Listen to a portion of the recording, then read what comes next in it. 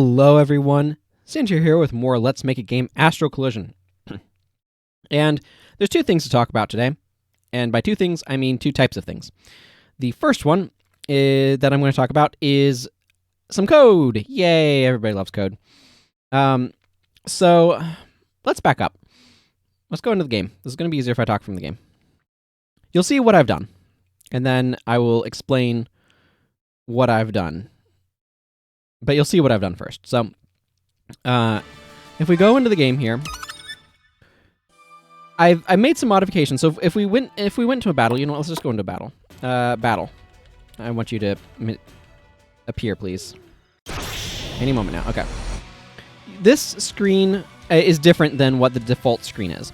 You'll notice that I have only the fight, the escape. This area, so normally the default screen would have, I wanted to gesture with my hands, but then I realized you couldn't see them. Normally, it would have a thing over here where you'd have, like, fight, skill, something, something. Or, like, you'd have fight and escape, but then you could bring up, like, so if I hit fight, these would normally be stacked vertically over here, and there'd be less space over here. I moved things around on the screen in a previous project by using it in this project as well, so that way I can have more state icons show up over here, next to the character.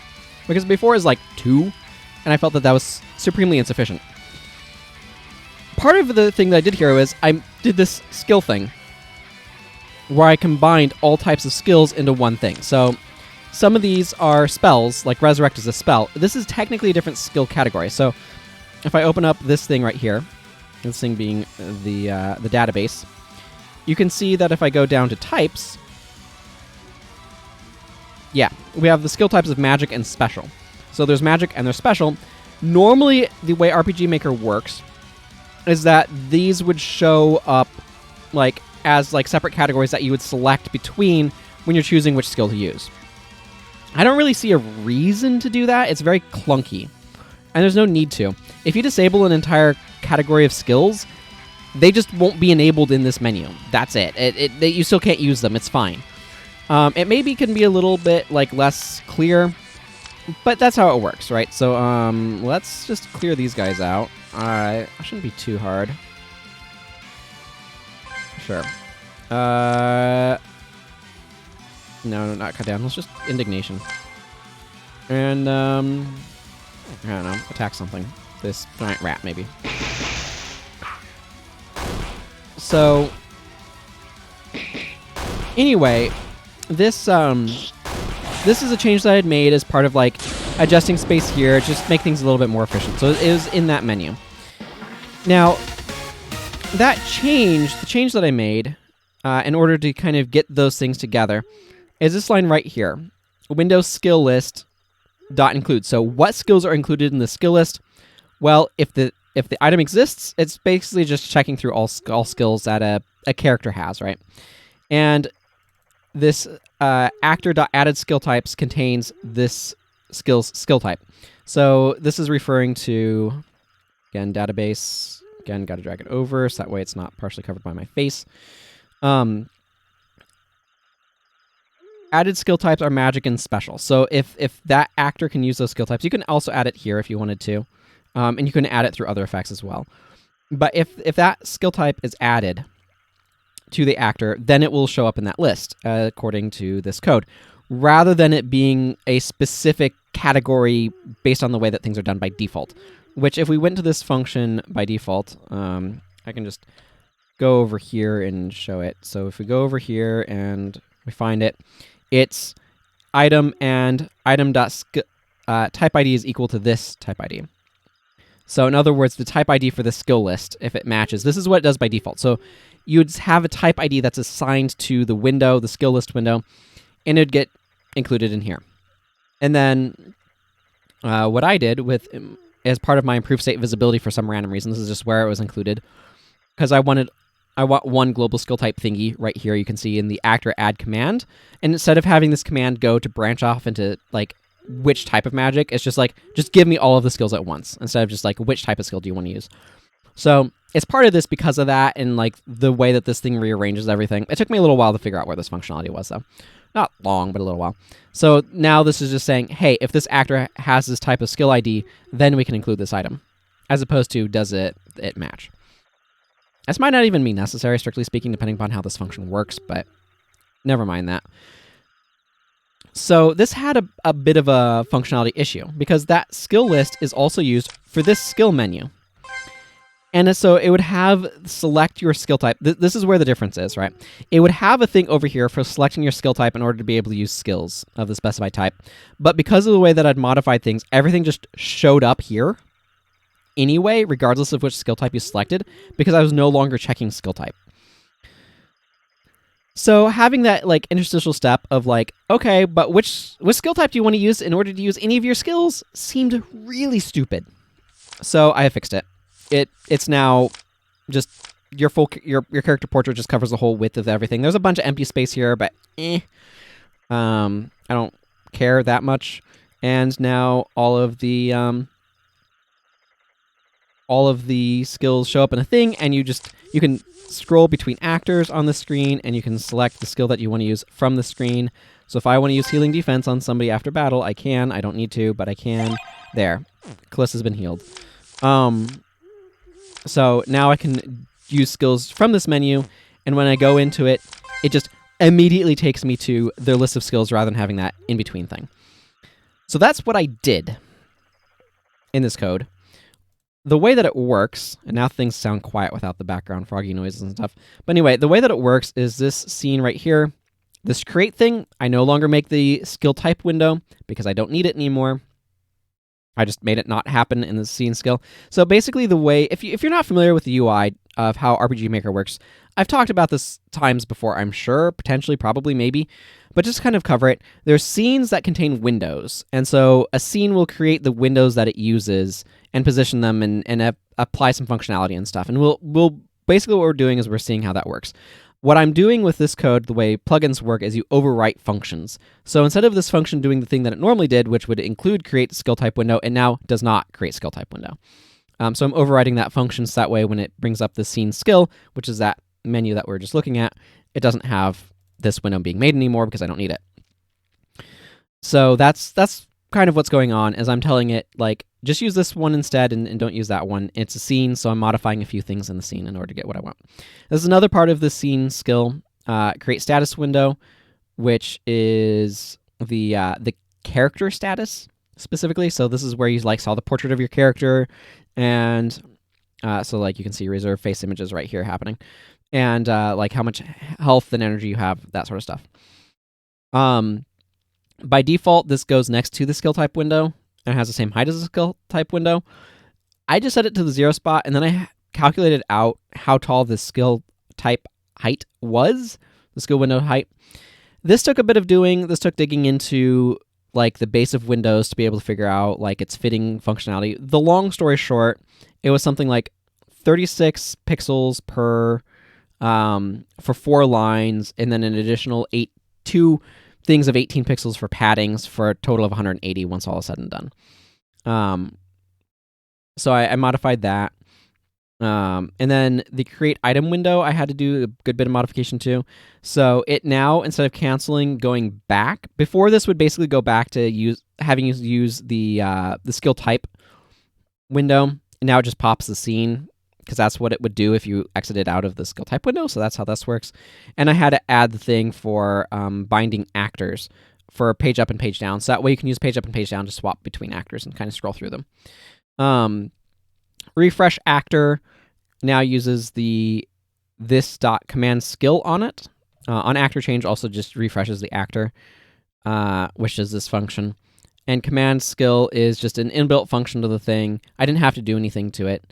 That basically selects the skills, so that way like it properly selects a skill and properly selects the last one if you use the last one and stuff. It could be found over here in scene skill somewhere. Yeah, here's scene skill. You can see the default code if you want. Command skill just takes the item window, activates it, and selects the last one. On actor change would refresh the actor and then activate the skill type window, but I'm no longer doing that, so I just need to refresh the actor. And like I said, command skill just activates the item window and selects the last selected item, or the last item that had been used in that category. So I just modified some of those things, basically. There's other stuff here in improved state visibility that does other things, but it just belonged in here, so I did that, and now that... I'm not sure if you'd call it bug, but now this functionality is finished. It was just something that was bothering me, and I just wanted to get... I was like, you know what? I'll get to it right now. Why not? So I was able to figure that out and get that all cleaned up. So now that that's fixed, I finished the Rulers of Kendra. That was the other category of thing that I did. There's a lot of it. I did copy and paste all of those things into the timeline. So I can like scroll through here and see all of those things in here. And if I want to be really exciting, I can get the timeline overview of this timeline, which is going to have all of these. Oh, something wonky is going on. You can see King. Yeah. Okay, let's go like this. I don't know. This should go all the way down. I don't know why it's not Okanara the First. Why it's gapped after Okanara the First. Hang on. Is this... Oh. Well, it should have after Okanara the First. Excuse me. Where is Okanara the First? Yeah, it should have... I wonder if I ran out of space in the thing. I don't know. No, I don't need the thing. I just need these. This is how this works, is I just go and I grab these and I copy them. I go into here and I go add bulk. It's quite possible that this ran out of space, so I'll just hit add. There, now that should be fixed. And it should go from Okanara the First to Okanara the Second.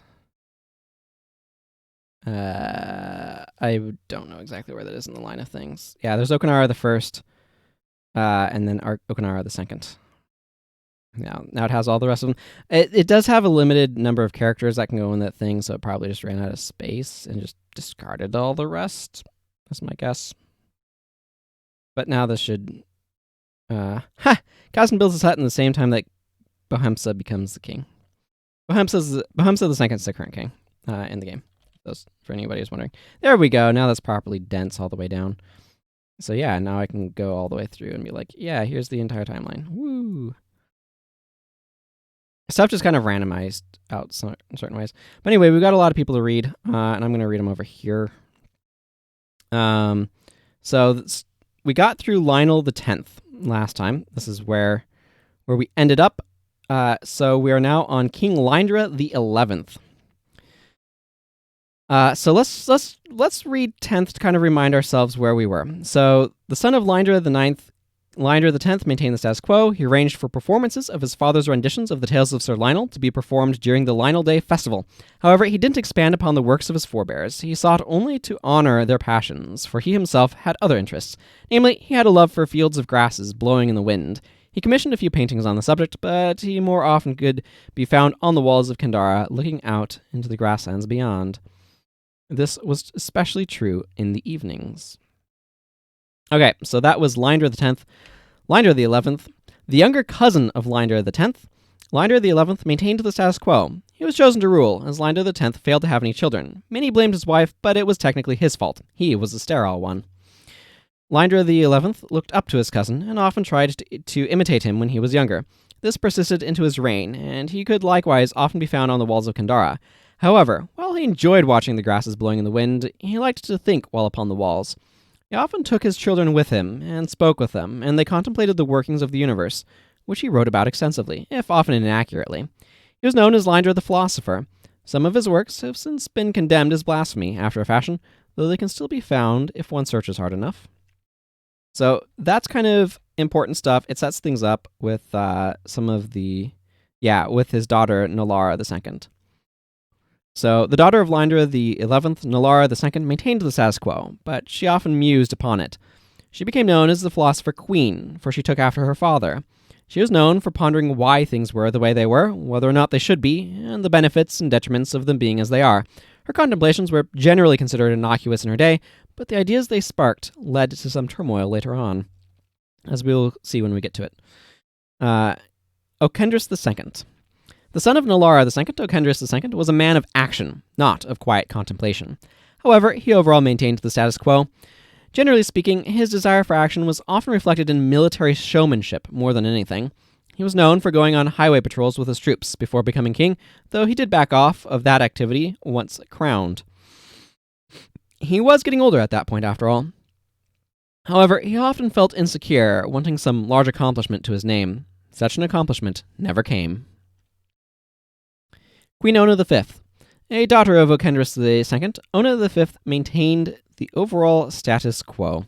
She never married, as she had no interest in such things. She was a stern and effective leader, with an emphasis on efficiency and order. She cut down on some bureaucracy, made sure royal buildings were well cleaned and maintained, oversaw measures to clear warehouses out of rotting goods, and saw to it that the royal knights had gleaming arms and armor. King Sirik I, a son of Okendris II, and younger brother to Ona V. Sirik I maintained the overall status quo. He never married either, instead having a male lover from his youth. The two were dedicated to each other. He was a relatively quiet king. He did approve of many of his sister's policies, but adjusted the frequency, seeing the rate as overbearing. He also added regulations regarding the care and organization of the royal library, inventing an organizational system that came to be named after him. It was topically based. Queen Khalsis VI, a daughter of Okendris II. So just to keep everybody in line, an older daughter, a younger son, and then a younger daughter still. But all of these are children of Okendris II and siblings. A daughter of Okendris II and younger sister to Ona V and Sirik I, Khalsis maintained the status quo as Khalsis VI. She did little with her reign and was mostly remembered as the child of Okendris II who actually married and had children. That's her claim to fame. Heirs. King Lindra XII. The son of Khalsis VI, Lindra XII maintained the status quo. He was largely unremarkable and was mostly remembered for telling embarrassing stories about his children, much to the amusement of his subjects. His children did not approve. King Lindra XIII. The son of Lindra XII, Lindra XIII maintained the status quo. Due to repeated embarrassments by his father, he took to outlandishness, deciding to lean into his reputation. As such, he often dressed in ridiculous ways.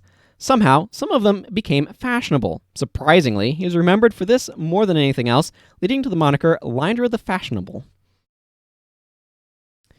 Queen Nalara III. The daughter of Lindra XIII, Nalara III maintained the status quo. She loved elaborate outfits, and often dressed her own children in ridiculous fashion. She was somewhat neglectful as a ruler, though the policies of Ona V and other previous rulers helped things coast along despite this. However, justice somewhat languished during this time. Nalara IV. The daughter of Nalara III, Nalara IV overall maintained the status quo. She hated the over-designed, elaborate, and highly impractical garments her mother forced her to wear. As such, when she became queen, she refused to ever wear clothing ever again, and was thus known as Nalara the Nude. She didn't mind, stating that the alliteration had a nice ring to it. Keep in mind, she was 62 when she became queen. This overall had minimal impact on society as a whole, and was just seen as another royal eccentricity, though it made clothiers rather sad after the reigns of her mother and grandfather had been so good for them. Other than these things, she also encouraged increased fishing and further exploration into ocean-based food sources, as she saw these as safer and more economical than land-based farming, and thus a ripe area of growth. Nalara V. The granddaughter of Nalara IV, Nalara V maintained the status quo. Her own mother had little interest in ruling by the time Nalara IV passed away. She did little new with her reign, but instead focused on attending to her responsibilities as well as she could. In this regard, she became incredibly skilled, and was known as a fair and keen ruler. Justice was more pronounced during her reign, and everyone felt that things were just better while she was in charge. She is well remembered as a ruler of the highest caliber. Nalara VI. A daughter of Nalara V, Nalara VI maintained the status quo. During her mother's reign, she had busied herself with compiling a more organized history of Kendra, a task she tried to focus on as much as she could while she reigned. Indeed, the amount of time ruling took away from the project so frustrated her that she abdicated to her son rather than finish out her own reign. Until her death sort of thing. Okendris III. The son of Nulara VI, Okendris III maintained the status quo. He became king when his mother abdicated the throne so she could resume focusing on her histories of Kendra, a long and meticulous process. For his part, he did what he could to help her with it, though his primary focus was on ruling. He was considered quite competent in this regard, and many compared him favorably to his grandmother. He married late in life, when a young, relative to him, woman managed to woo him successfully. Explaining the 35-year reign of Okendris III and the 50-year reign of Queen Okenara I. The daughter of Okendris III, born in his old age, Okenara I maintained the status quo. Her mother attempted to be a strong influence on her reign, and was successful for the first decade or so, until Okenara had more fully become herself and threw off her mother's influence in what became quite the public event. So remember, this is the mother who, wooed Okendris III. Presumably she wanted power. But anyway, Okenara heavily ingratiated herself with the Adventurers Guild, even marrying a prominent adventurer. Many of her actions only further increased the relationship between the guild and the crown. Of particular note, she began to more heavily rely on adventurers for mundane tasks, such as delivering. Every now and then you catch things like this. Delivering packages and letters across her kingdom. Many followed her example, and further embedded adventurers into the Kendran economy. Or Kendra economy. I'm going to add an end to that. This pleased the guildmaster, especially as she had not thought of it herself, only for dangerous delivery. Wow, I cannot spell apparently. Only for dangerous deliveries, not simple mundane ones. Queen Okenara II. The daughter of Okenara I, Okenara II maintained the status quo. Her father taught her to be fascinated by adventurers and their tales, and she often invited teams to recount their exploits. Many were turned into minor musicals. Remember, her father was an adventurer. Many were turned into minor musicals in the style of Lyndar IX and his famous Tales of Sir Lionel. She often had them performed for her during regular feasts over the course of her reign. Many townsfolk were invited to these feasts, and made her quite popular. These also served to bolster the reputation of individual teams even more. King Bohum VII. The son of Okenara II, Bohum VII maintained the status quo.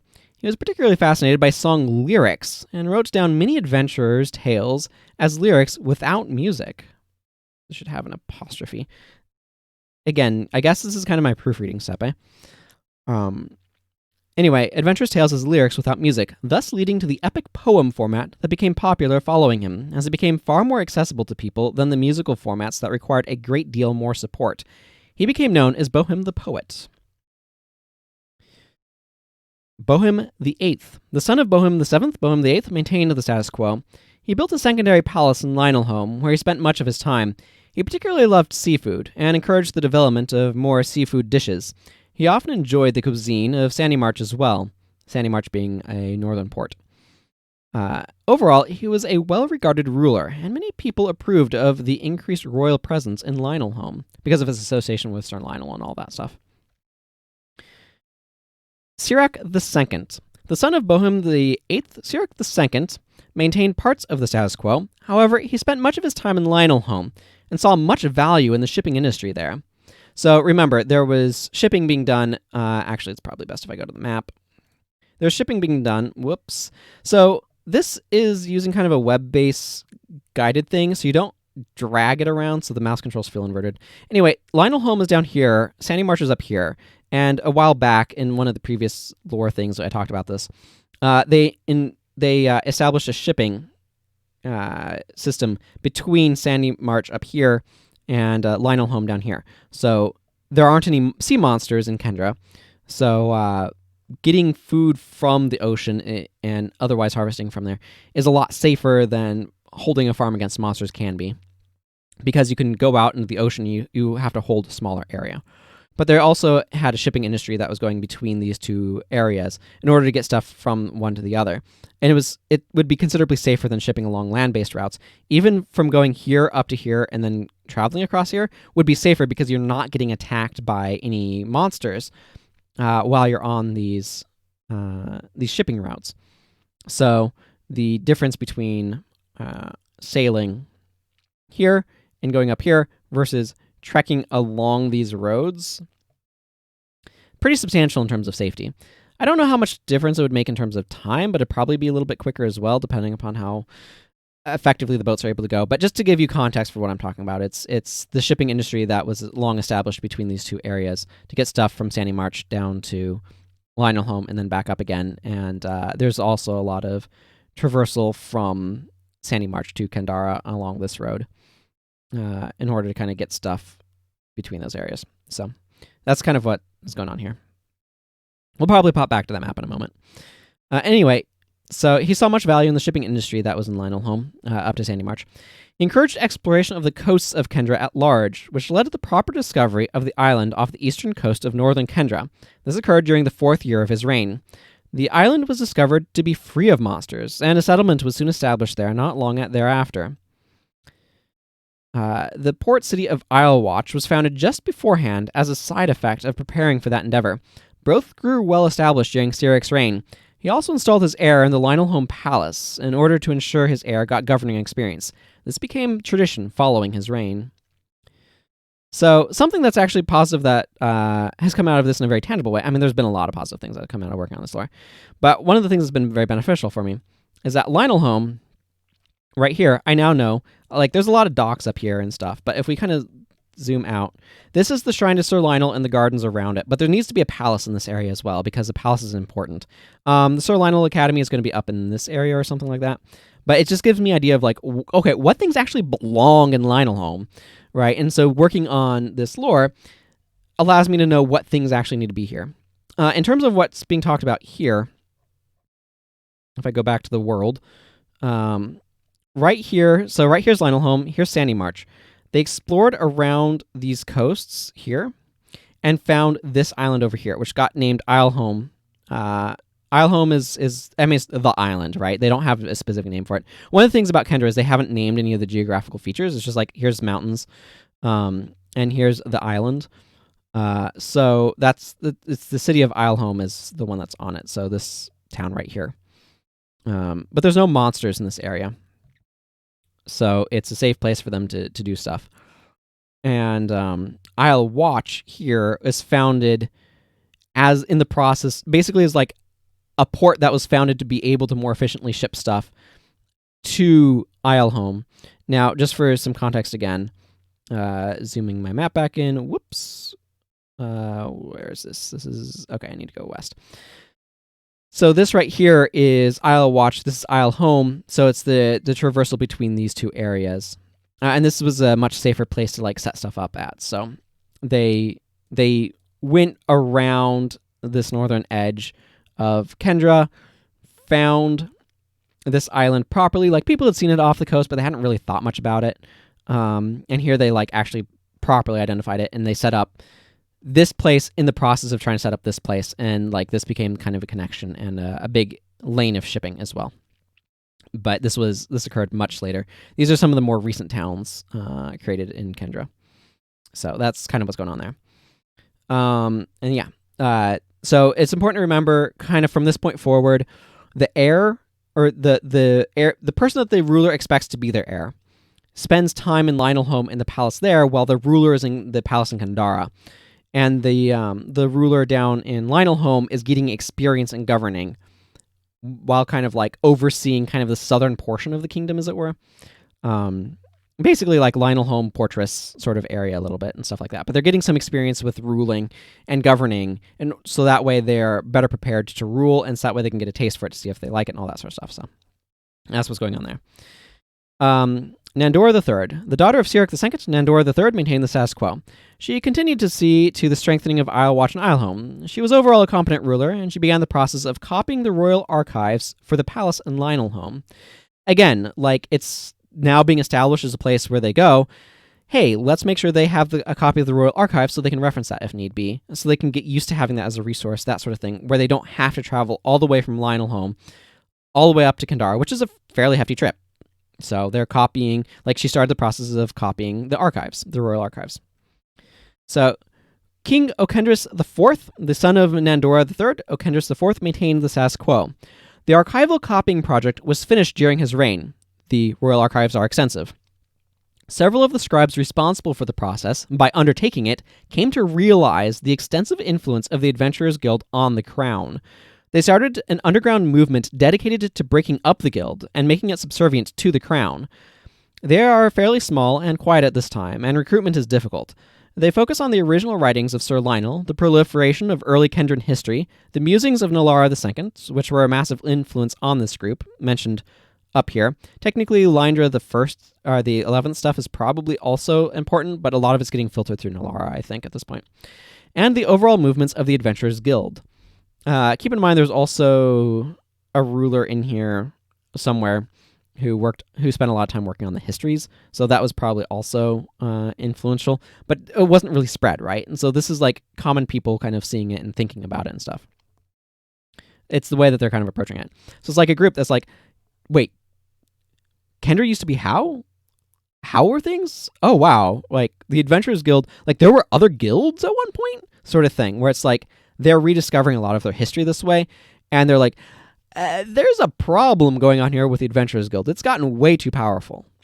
So that's kind of what's going on here. It's basically as a group that, like, they're copying the Royal Archives, and they just learn a lot about Kendra through this process, because nobody really spent that much time studying the Royal Archives, especially people that were not, like, the rulers, and even the rulers were more looking for other things, or, like, there's just a lot of stuff that was just stuffed in there and not necessarily getting paid attention to, so the process of copying it meant that, much like me reading this out loud makes me find typos, but much like, if somebody's going into an archive to, like, copy it, and they have to basically, like, they're scribes, right? They can't just, like, copy and paste it. They have to, like, read it, and then write it, and read it, and write it.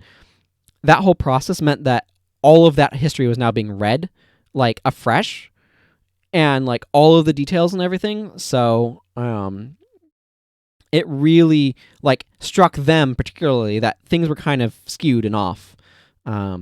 So that's kind of what's going on here. So we'll be talking more about this group over the course of this. But anyway, and the overall movements of the Adventurers Guild. So these are the things that they're talking about. The original writings of Sir Lionel, many of which are not well known. The proliferation of early Kendran history, like stuff leading up to Sir Lionel in particular, prior to the Adventurers Guild. The musings of Nalara II, which were a massive influence on this group, and the overall movements of the Adventurers Guild. This group persists. Like, they do persist. Like, they keep working, and they continue. As for Okendris IV himself, he is a stable and reliable ruler, but with little distinct about him. He was known for his warm demeanor. So he is pleasant. King Okendris V, the youngest son of Okendris IV, Okendris V maintained the status quo, a solid ruler and builder of the water feature and pillars in the center of Kandara around the monument. So, again, if I go into the game area, right here is the center area. This guy built these pillars and, like, these water features around this monument. So it was Okendris V who was responsible for those being there. Before it was just, like, the dirt path, probably. Road like everywhere else. He often held an open court there, as well as other events, often recitations of epic poems. The Anti-Adventurers Guild organization, dubbing themselves Guildful Royalists at this point, because they want a full plethora of guilds, not just the Adventurers Guild. Like, keep in mind, their goal here is to make sure that the crown is superior to the guilds, and that the guilds are, there's multiple of them and not just one. There's been kind of a guild monopoly, so they want a broad swath of guilds. They want to break up that monopoly. The Adventurers Guild is the only guild. They want to bring some of the other guilds back that were there way back in the past, and they want the crown to be supreme. They don't want the Adventurers Guild to have so much power. Part of the reason, by the way, why the Adventurers Guild has so much power is if we go all the way back up here, in these old areas, the first guilds were established by King Kendis I in, like, the first, like, very early on, right? Within the first couple hundred years of the existence of the Kendra's Shard, I guess you could say it. And so he established the first guilds for farming, pottery, smithing, herbalism, and textiles. These were the original guilds. And right here, Queen Kendira I, the daughter of Kendis, she fell ill and perished. She was barren and thus had no direct heir. The guilds deliberated on who should succeed her, for they had grown powerful by this time. Right? The Scribes Guild was introduced early on during Osiris I's reign. And one of these early rulers, I'd have to read through them to see exactly which one, was like, right here. Kendis II was concerned about the stability of the royal line, and he made like a heavily codified process for succession, right? And there's stuff in there that has to do with giving the guilds authority to help with the succession issues, or to basically be able to be like, this ruler is disqualified from ruling because they are doing something irresponsible, right? So there's some safeguards that he put where the guilds were a significant part of society. What happened over time, just to catch everybody up, is that the other guilds weakened in relation to the Adventurers Guild after the introduction of the Adventurers Guild during these areas, like Ulfons II and Ulfons III. So, like, Ulfons II challenged Lystra for the crown because of her very poor management. And he welcomed the rise of the Adventurers Guild because it allowed him to offset costs. The Adventurers Guild became stronger and stronger, and the other guilds slowly became weaker until they consumed, and the other guilds were basically rolled into it or like let free and stuff like that. So that meant that the guilds, there was no longer guilds in charge of things, and basically what happened is, you can think of it like a voting block, where there's like 6 or 7 different people who would vote on things, and suddenly there was one. It's kind of like the Supreme Court of the United States, which currently has 9 justices, or at least 9 seats, going down to just one justice that makes all the decisions. That's kind of what happened to the Adventurers Guild, and it focused and concentrated a ton of power on the Adventurers Guild. And so these people, the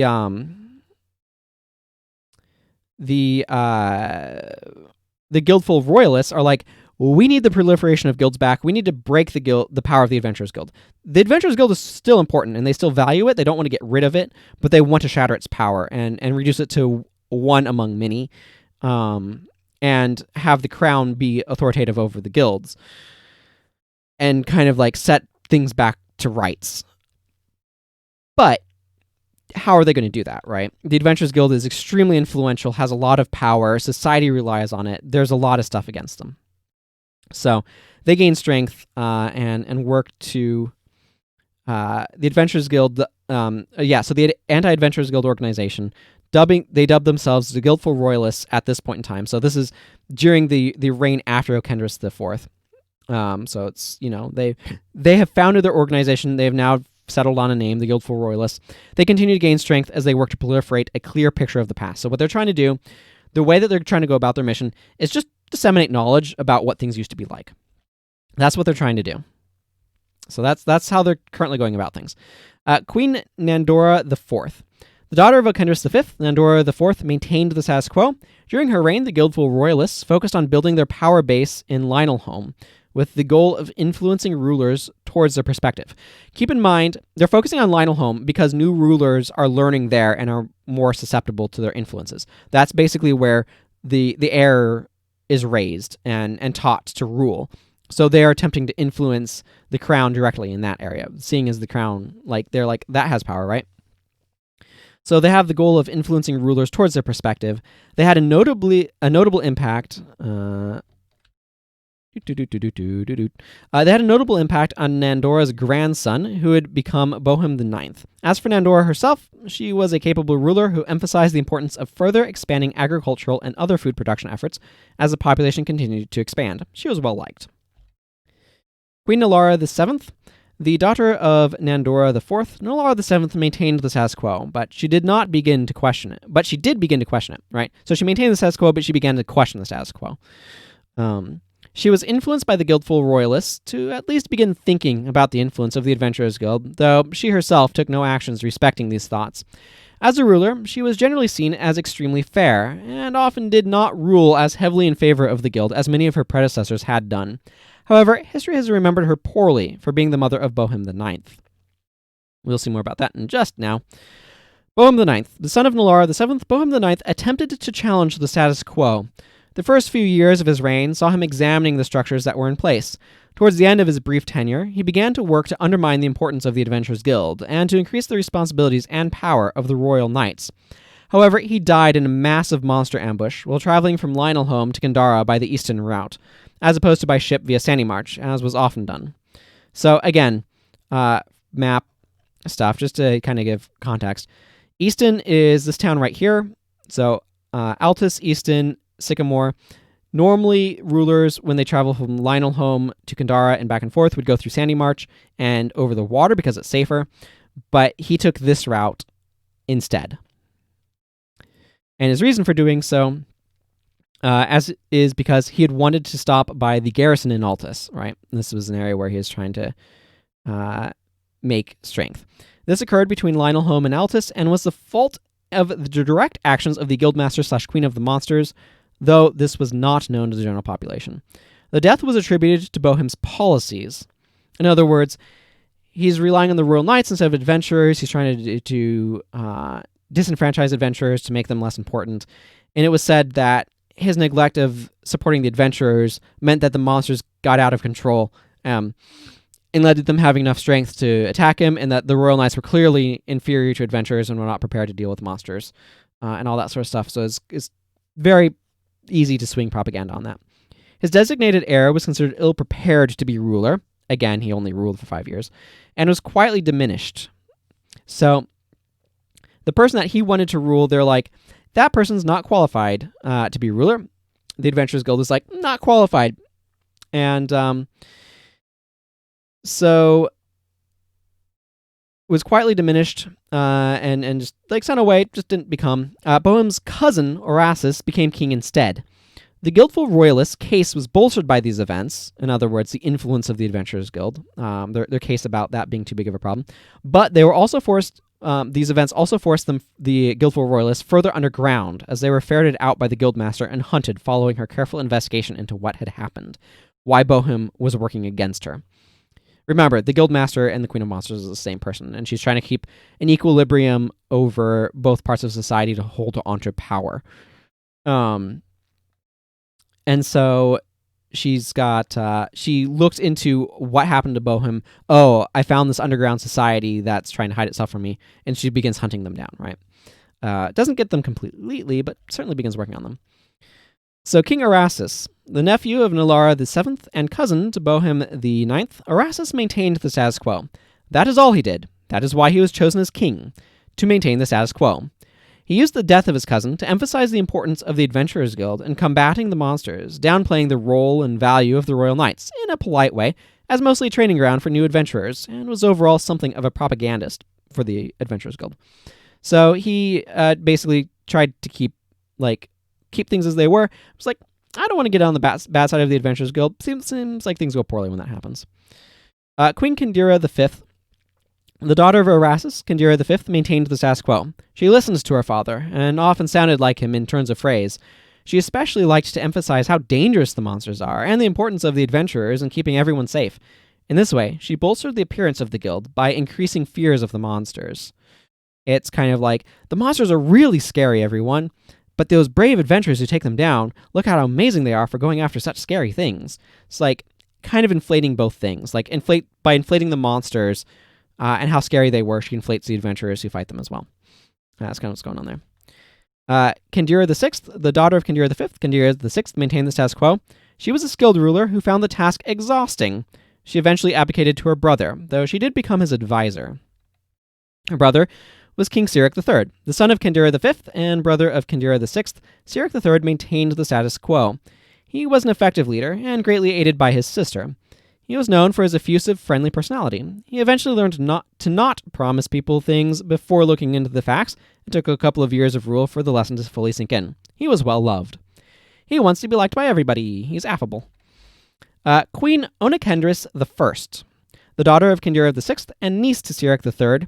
So, just a reminder, Kendira VI became queen, found it exhausting, basically resigned to become an advisor to her brother, Sirik III, but Sirik was like, no. Her daughter should have been queen after me, so she's going to stay the heir, is basically what happened, instead of one of his own children. So the daughter of Kendira VI, and niece to Sirik III, Onakendris I, maintained the status quo. She was always conscious of being selected instead of one of her cousins, one of Sirik's children, and felt insecure. As such, she was always seeking advice. While not thought of as the strongest ruler as a result, she actually ruled quite well, as she became skilled at synthesizing the advice of her counselors, leading to carefully made decisions. She ended up being a better ruler than she gave herself credit for as a result. Queen Onekendris II. The daughter of Onekendris I, Onekendris II maintained the status quo. Her reign ended suddenly when a royal knight assassinated her in revenge for his brother, also a knight, dying, a death that he blamed on Onekendris. This unprecedented action went unpunished, as Kendra lacked the infrastructure to investigate such matters. There was much mourning and a great deal of mystery surrounding the incident. 7-year reign. What do I do about a 7-year reign? Assassinated, why not? That's kind of what goes on to the lore there. But the other thing that I think is really important to point out is there's not a lot of crime in Kendra. There's just not a lot of space for it. So this act was something that they don't have like an investigative force capable of figuring out what happened. So it happened and nobody knew why or what had actually occurred. And so it remained a mystery. Queen Onekendris III. The daughter of Onekendris II, Onekendris III maintained the status quo. She was extremely paranoid for the first part of her reign, given what happens to her mother being assassinated, and actually hired adventurers as bodyguards instead of using royal knights as ceremonial guards, a practice that lasted throughout her reign but wasn't passed on. She was a reliable ruler, though raised taxes to pay for the bounty slips necessary to fund her adventurer bodyguards. Queen Onekendris IV. The daughter of Onekendris III, Onekendris IV maintained the status quo. She did not share in her mother's paranoia. Her reign was remarkably calm, with society working smoothly. She lowered taxes, and there was much rejoicing, because she didn't need to afford all the bounty slips for bodyguards. King Lyndra XIV. The son of Onekendris IV, Lyndra XIV, maintained the status quo. His reign was steady, but largely unremarkable, for so many systems were in place that things generally worked. He did have a particular interest in epic poetry, with an emphasis on romance. His favorite subject was that of the valiant adventurer winning the heart of the object of their affections through their selfless deeds. His works kicked off a bit of an ideal. And just like, it started off a trend, right? And people kind of worked on that trend and stuff.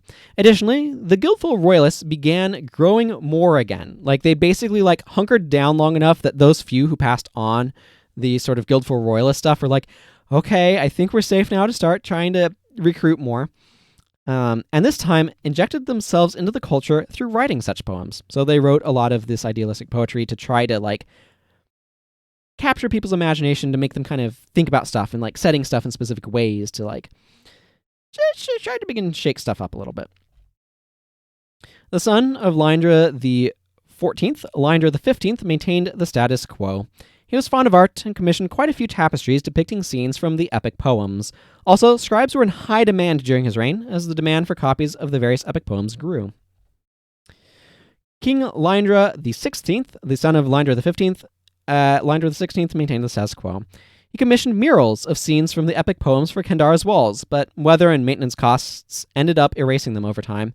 For the purposes of the game, a few older individuals can still recall the faded remains of these murals. Keep in mind, this is about 180 years before the game begins.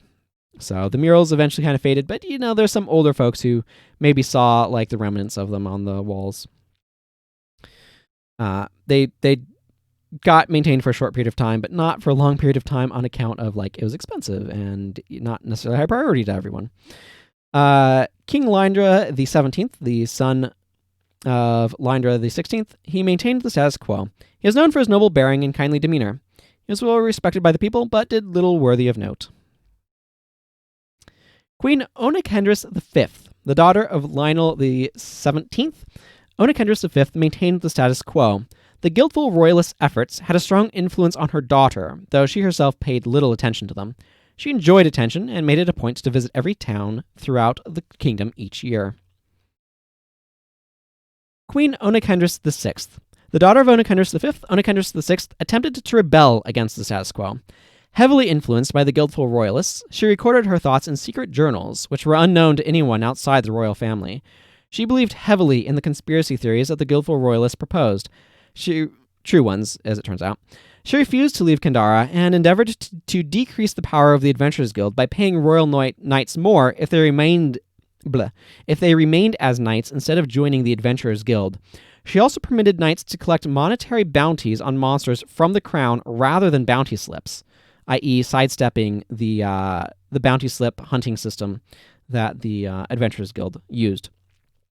The Guildmaster found her paranoia hard to overcome, and so eventually made the bold power play of declaring Onakendris unfit to rule and disposing her using the rules of succession.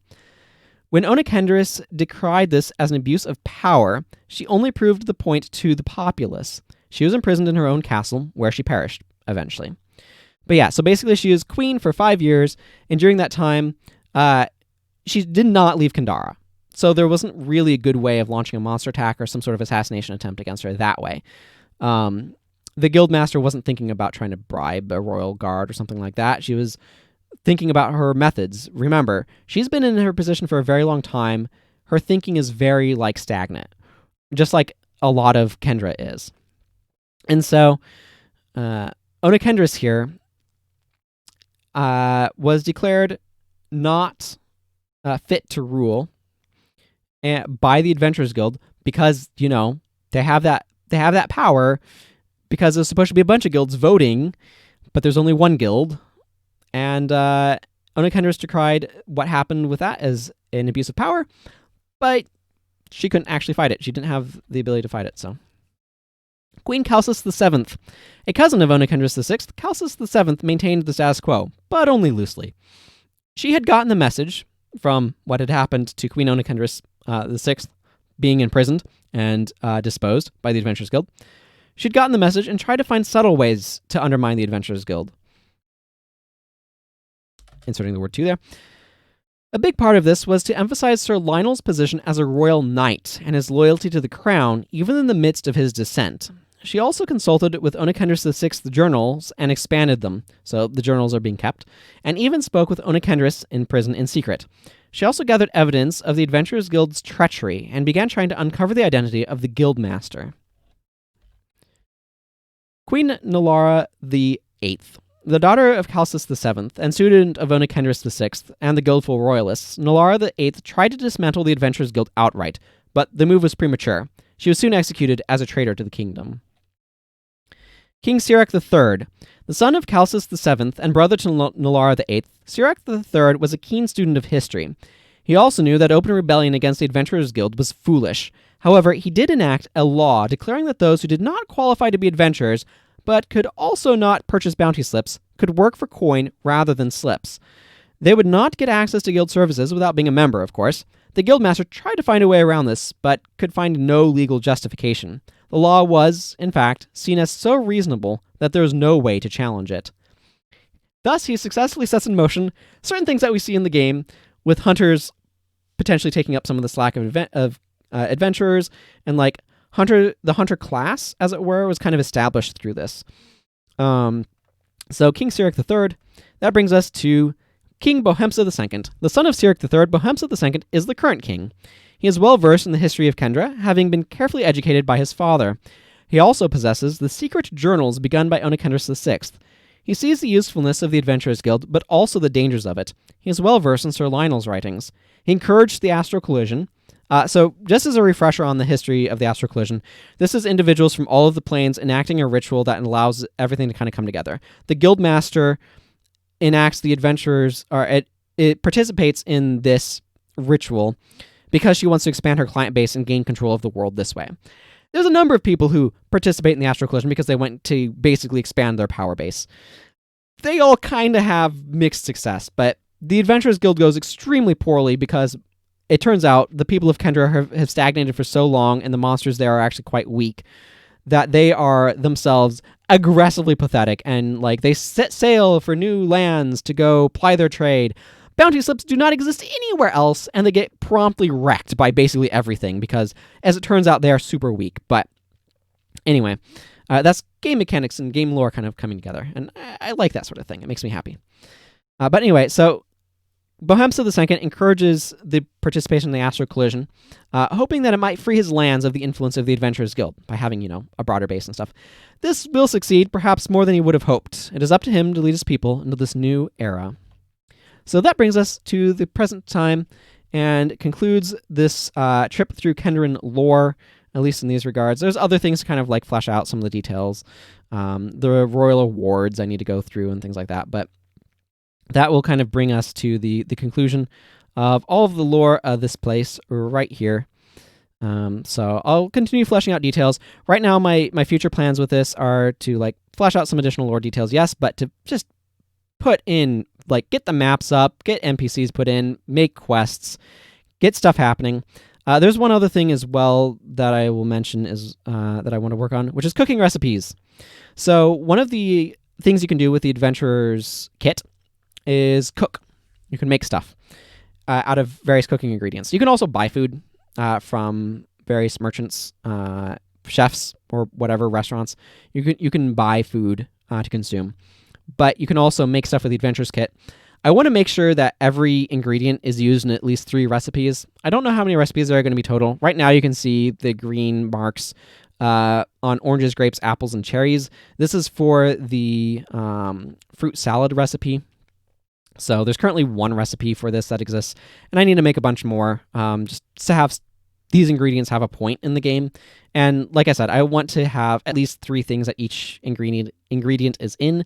So that way it's just like, yeah, you do stuff with them. I haven't really gone through this process yet. I just got this thing set up, basically, after finishing the Kendran stuff, and was like, okay, I don't have brains anymore. I just finished writing a bunch of lore.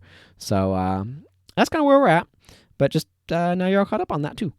So that's going to go ahead and wrap stuff up here. Thank you all very much for watching, for listening to me recount all of this lore, finding my typos and fixing them, and all that good stuff. And thank you for your continued interest in this project. I hope it has been interesting to you, and that it continues to be. But that's going to go ahead and wrap stuff up for this video. So until next time, everyone, take care. Goodbye.